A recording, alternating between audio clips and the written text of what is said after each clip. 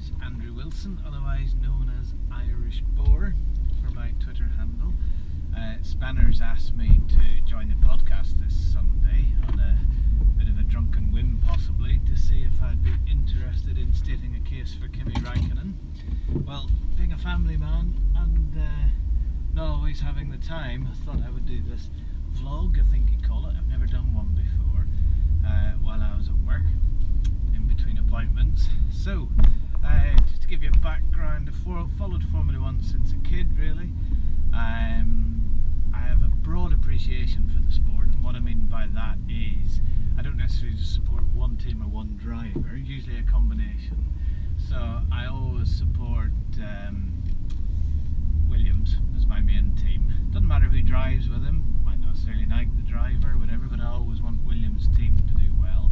I think it stems back to one of my earlier memories of Formula 1 when Mansell had to blow out when he lost the World Championship at Adelaide, I think it was. At drivers, I always have an affection for Jenson Button, the man who lacks grip according to Spanners. And I followed his career again, probably from when he joined Williams, and as I supported Williams, as I mentioned, and he was the new up-and-coming British driver, I thought he'd be quite a good one to support.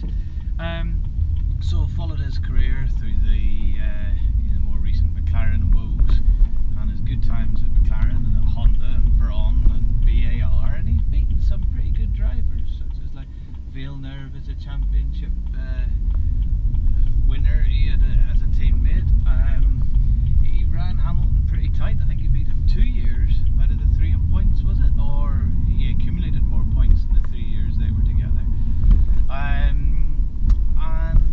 I've always supported Kimi Räikkönen. Why I've supported Kimi Räikkönen, I always remember his first interview with Sauber. Well, he was with Sauber, and a bit like Max Verstappen, he had been signed by Sauber with very little open wheel racing experience. I think he'd done karting, had done quite well, and I think he'd done a year at Formula Renault or something like that.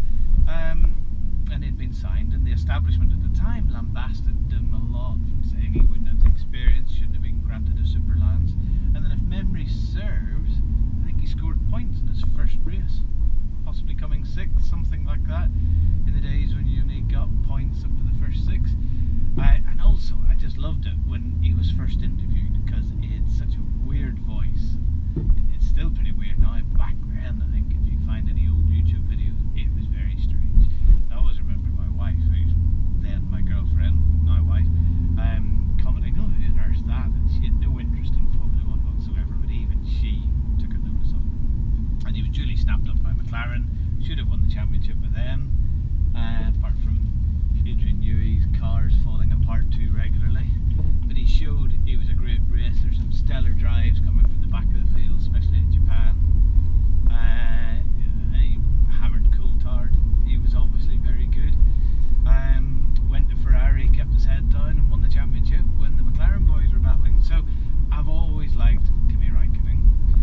As regards to Ferrari signing him for next year, Spanners think that's a bad decision, amongst other people I'm sure. But how do you judge a driver? I always remember listening a lot to Gary Anderson. I used to love listening to him when he was on the 5 Live crew for the practice sessions. And he keeps a statistical analysis on a spreadsheet, I think, of every driver, every qualified session they've done, every race, every average race pace, I think every stat you can imagine, and he has this weird algorithm, I think, that calculates statistically who is the best driver. So I don't go into that depth, and I don't know where Kimi Räikkönen comes out on it, but I view you judge a driver if you're picking them for next year. What are they doing this year? Räikkönen's beating Vettel. Fact. Yes, you could say Vettel's had car failures, and does he treat his car too hard? I don't know. How good is Vettel? I don't know, because I've recently read Mark Webber's autobiography, and that was quite enlightening.